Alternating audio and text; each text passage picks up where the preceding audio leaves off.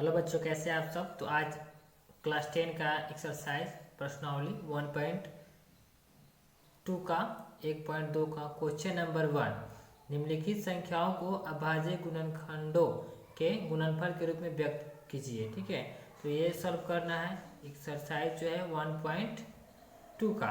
ठीक है, 1 number question. तो इसको अभाज्य गुणनखंडों के गुणनफल के रूप में व्यक्त करना है। तो ये बहुत ईजी है।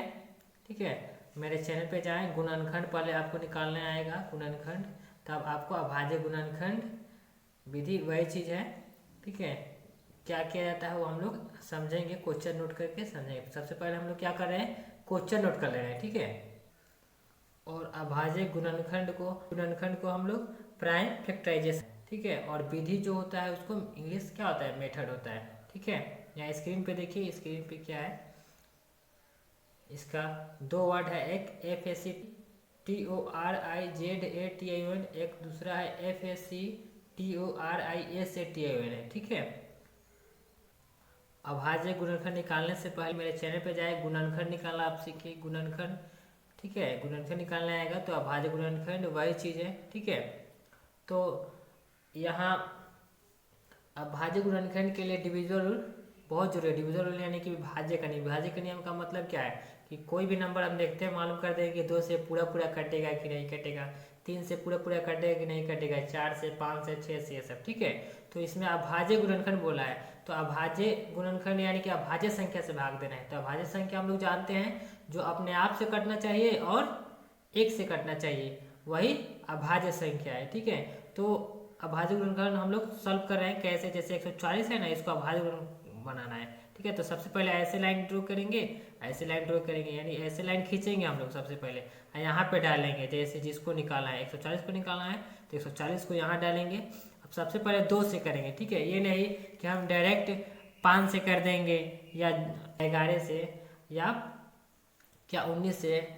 सबसे बड़ा नंबर से नहीं करते हैं। सबसे पहले छोटा नंबर हमारा अभाज्य क्या है, 2 है, तो 2 से ये कटेगा कि नहीं, अगर ये कटेगा तब यहाँ 2 लिखेंगे। ठीक है, नहीं कटेगा तो 2 के से बड़ा कौन अभाज्य संख्या है, 3 है। ठीक है, तो ये लाइन वाइज अभाज्य संख्या किया जाता है। ठीक है, जैसे 2 से कट जा रहा है, कितना बार में जाएगा, 70 बार में जाएगा। ठीक है, फिर ये 2 से कितना बार में जाएगा, ये नहीं कि 2 से यहाँ कर दिए तो यहाँ 2 से नहीं, 3 से नहीं, पहले यहाँ 2 से करते जाएंगे, जब 2 से नहीं होगा तब 3 से, तो 2 से कितना बार में जाएगा, ये 35।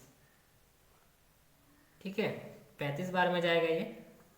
और ये अब यहाँ 2 से 35 कटेगा, नहीं कटेगा, तो 2 से 12 क्या है, प्राइम अभाज्य संख्या, यानी प्राइम नंबर अभाज्य संख्या क्या है, 3 है, जो अपने आप से कटता है, 1 से कटता है, तो अभाज्य संख्या 3 से ये कटेगा नहीं ना, कटता है। अब क्या है, 3 का डिविजन रूल यानी विभाज्य का नियम, जोड़ेंगे डिजिट को तो 8 आएगा, तो 8 ये कटेगा नहीं ना, 3 से कटेगा, इसलिए 35 नहीं कटेगा।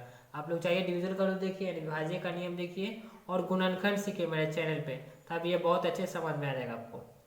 उसके बाद ये 3 से नहीं होगा तो 4 से नहीं दिखते हैं, क्योंकि 4 अभाज्य संख्या नहीं ना है, तो अभाज्य गुणनखंड में व्यक्त करना है। ठीक है, तो 4 से नहीं, 5 से, तो 5 से हो जाएगा कितना बार में, 7 बार में। अब यह हो गया हमारा। अब 7 से 7 एक बार कीजिए या ऐसे ही छोड़ दीजिए, 7 से 1 बार एक बार कीजिए, ऐसे छोड़ दीजिए, बात एक ही है।